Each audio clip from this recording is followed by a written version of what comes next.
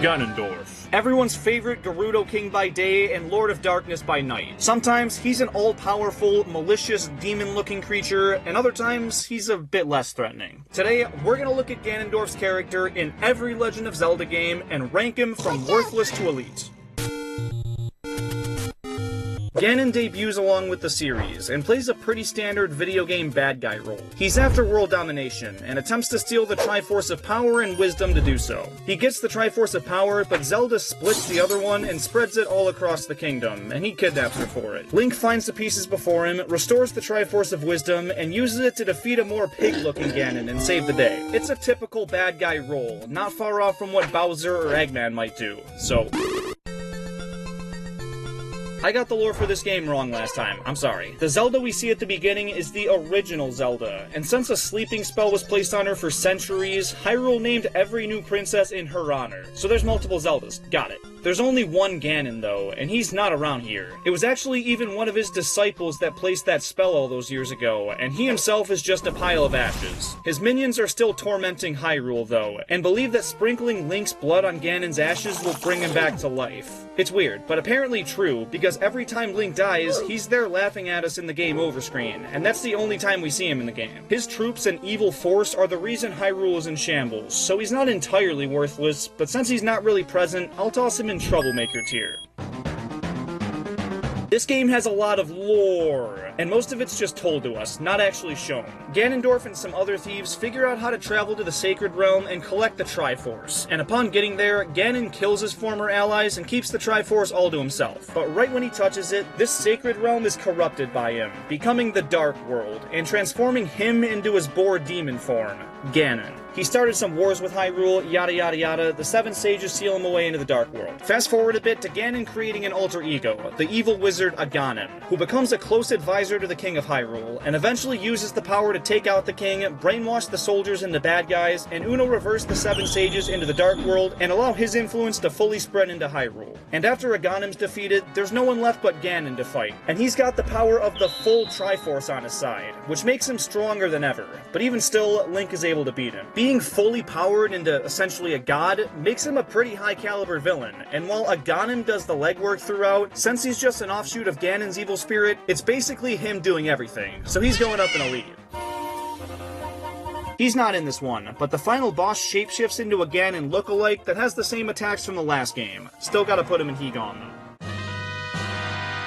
Ocarina of Time is the first appearance of Ganon's human form. He's the king of the Gerudo, and is a very manipulative and powerful ruler. He forms an alliance with the neighboring kingdom of Hyrule, and gets on the king's good side while he concocts a plan to take him down and rule his land. Zelda sees evil intent behind him, but he's got everyone else fooled, and it's enough for things to play out exactly how he'd want. Link collects the 3 spiritual stones as Zelda asked, so Ganon couldn't get them, but opens the portal to the Sacred Realm without checking his surroundings first, and Ganon just sneaks in behind him and grabs the Triforce. But because he doesn't have a pure heart or some nonsense, the Triforce splits and he only obtains the Triforce of Power. He still uses that newfound strength to conquer all of Hyrule, while Link is waiting to reawaken as the hero of time, and Zelda is just kinda hiding. The 3 each hold a piece of the Triforce, and when Zelda meets back up with Link at the Temple of Time, Ganon kidnaps her and encourages Link to try and save her. So he scales his castle and confronts him for an epic battle, and Link with the Triforce of Courage is stronger than Ganon with the Triforce of Power. So in a last-ditch effort, he collapses the castle and tries to crush Zelda and Link in the rubble, but they end up escaping just in time. That's not the end of him though. He still wields the Triforce of Power and uses it to its max to become his more boar-like demon form, with a golden sword in each hand. This final form of Ganon is not only terrifying, but is also extremely challenging, and a worthy final boss in what many consider to be one of the greatest games of all time. But to fully beat him, Zelda has to hold him in place, Link has to slash at his head with the Master Sword, all the while the 6 sages work at sealing him away. So it took the full power of just about every other force in the Zelda universe to temporarily get rid of him. That screams elite tier, and with everything else he accomplished throughout the game, there's not a doubt in my mind. Having insurance?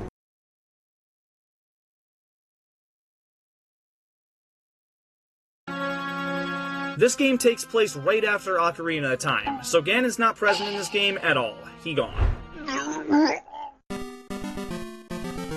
In the linked ending of Oracle of Ages and Seasons, he's reawakened by the Twinrova sisters, who are trying to resurrect him throughout the events of the game, and finally kinda succeeded by sacrificing themselves. Whatever ritual they were doing to bring him back wasn't done completely right though, because Ganon spawns as a mindless beast, and without any power from the Triforce, is weaker than he's been in most other games. This boar form is pretty physically strong, but without a clever plan on his part or any godly powers, it leaves him about as weak as we've ever seen, so I'm gonna put him in Troublemaker tier. The main bad guy here is Vadi, Ganon Gone.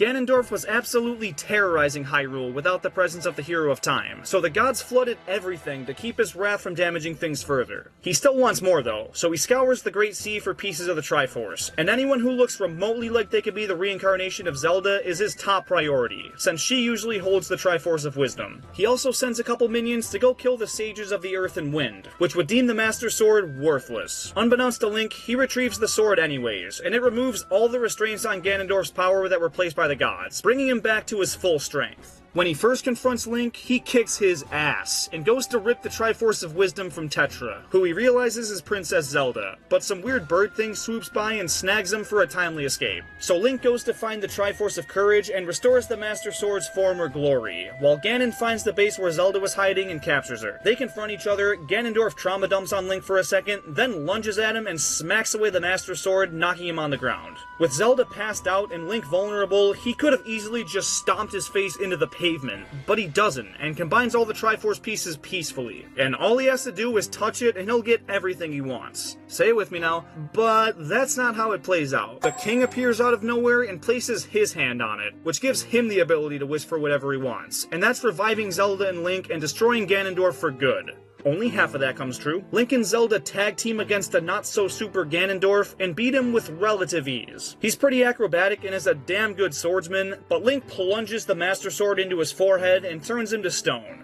Just like in Ocarina of Time, everything plays out exactly as Ganondorf needed, but he lets his guard down at the most pivotal moment and costs himself access to ultimate power. So we never fight Ganon at full strength. He gets awfully close and throws around the main characters like ragdolls for most of the game, but fumbles it in the end and doesn't seem all that menacing throughout the game. He seems more collected and mellow than usual, and way less violent, literally saying to Link that he won't kill him. So although he doesn't look like it, he'll go pretty menacing.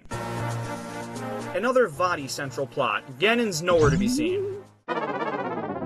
This is when the timeline gets tricky, but after Twilight Princess, we get a new incarnation of the Demon King, and he's pretty much the same as usual. He tricks Link into releasing Vadi, who distracts him for most of the game, while he defeats the Knights of Hyrule, turns them into demons, and opens a gateway to the Dark World through corrupting the Royal Jewels. We don't really see him until the very end of the game, though, where he's in massive boar mode and holds the Triforce of Power, so he's pretty damn strong. For a Ganondorf role, it's pretty typical, but that's because he's an above-average villain in general, so this game still belongs at least in pretty menacing.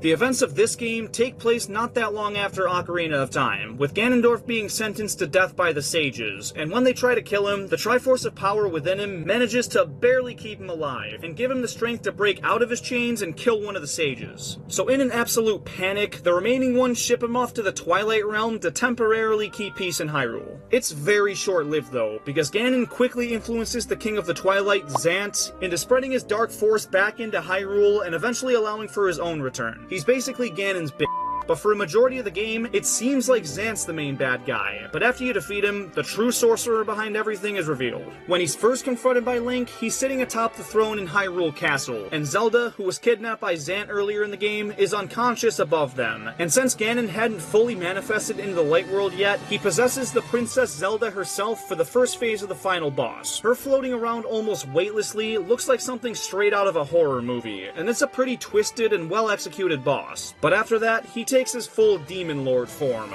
looking less boar-like as he did previously, and going for a full-on mythical nightmare aesthetic, and it works really well. And that's still not the last phase. Midna was seemingly finishing him off for good with some kind of light spear as the screen faded to white, but it comes back with Ganon on horseback ready to fight some more. This dude just doesn't stop, so Zelda and Link pursue him on horseback, shooting light arrows at him as they go, and finally knock him off, only to set up one final phase where it's Ganon v Link in sword-to-sword combat. A light lightning storm ensues, and the two clash their blades with all their might, until Link is able to mount him and stick his sword right through his chest. But even defeated, he stands back up with the last ounce of strength he has to die with dignity. This dude is a f***ing menace. He looks and feels more sinister than ever before, from start to finish. Maybe it's the gritty visuals or the darker tone of the story overall, but this Ganon is in a tier of his own, and is as high of an elite as I could possibly make him. Both Phantom Hourglass and Spirit Tracks take place in the same timeline as the Wind Waker, where he was already turned to stone and left to rot underwater. So he gone and he gone. Ganon's not directly in this game, but the main villain, Demise, is revealed to be the origin of Ganon, who spawned from the demon's pure hatred and malice towards Zelda and Link. Still, we're not ranking Demise, so he gone. This game introduces a new villain, Yuga, and he's doing most of the bad stuff himself. Ganon's once again not alive for a majority of the game, but after Yuga captures all 7 sages and portraits, he uses their power to resurrect Ganon and merge with him to form the Demon King Yuga Ganon, or Yuganon. Together, they have 2 pieces of the Triforce, Ganon's Triforce of Power and Hilda's Triforce of Wisdom, which she stole from Zelda. He's stupid strong, and this is an awesome final boss, but since Ganon wasn't the one cooking up this scheme and Yuga gets most of the credit, I'm gonna have to put him in typical bad guy. And he gone in Triforce Heroes, so on to the most recent incarnation of Ganon.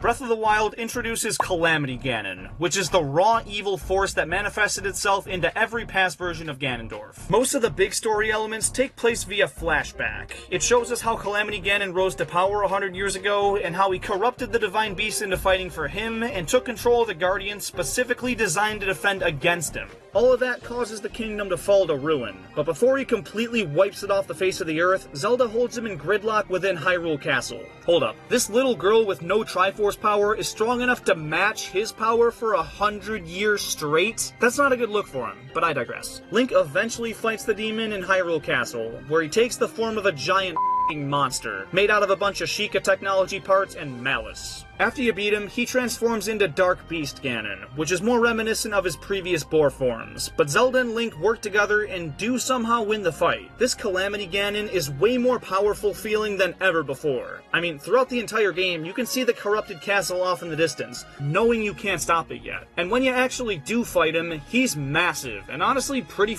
scary. This one's an easy elite. Cue the sequel. Ganondorf in Tears of the Kingdom trumps all his previous performances, bar none. It starts off about as well as it could for him. Zelda and Link discover him underneath Hyrule Castle in some ruins, and when he reawakens, a bunch of gloom shoots out of him, and when Link goes to deflect it with the Master Sword, aka the one that seals away darkness, it deteriorates, along with Link's sword-wielding arm. Zelda falls down a chasm, and Link is just barely saved by some weird arm that later becomes his own. Oh, and Hyrule gets launched into the sky. That's a solid start, and he has a ridiculous amount of power, being able to create doppelgangers of anyone he wants and spawn all-powerful armies out of thin air. He's way more prominent in this game than he was in Breath of the Wild, being fought multiple times as Phantom Ganon and at the end of the game as his fully recovered human form. This fight is incredible. It's similar to the last phase of the Twilight Princess fight, but somehow tops it in every possible way. Ganondorf is a master swordsman, and having a duel against Link is the best way these two could possibly fight. And the elongated health bar for the second phase was awesome, and made the other bosses in the game just pale in comparison. And that includes the final phase of this battle, where he turns into a giant dragon for some reason. I guess it incorporates the sky theme of this game, which is cool, but not as threatening as other Ganon bosses, especially the one you just finished. But still, he has Hyrule in the palm of his hand, and it takes the combined effort of Zelda, Link, and all the other good guys to stop him. It is absolutely going up in elite. This game's not out at the time of making this video, but I figured I'd at least mention it so people aren't yelling at me about it a couple months from now. We don't know everything yet, but it looks like Ganon's beast form is making a return, and despite losing to Link at the beginning of this trailer, he drags him down with him, and leaves only Zelda to save the day. Kidnapping the usual hero of Hyrule is a good start, and is looking like it's gonna be at least a pretty menacing tier. And there you have it. Real quick, if you take your Nintendo Switch on the go a lot and wish it was easier to lug around, you gotta ditch that clunky old dock. It's bulky, flimsy and really doesn't have a good reason to be. And Accelerate Gaming's portable dock is the solution you've been waiting for. It cuts the unnecessary plastic of Nintendo's and gives you a sleek, durable, and very portable alternative. And it's only 20 bucks, so if you want to enhance your Switch setup and support this channel, go grab one now and use code JeremyK to get an additional 10% off your order. There's a very limited amount of uses on that, so redeem it while you can. And if you disagree with me on any of the rankings in this video, leave your takes down in the comments.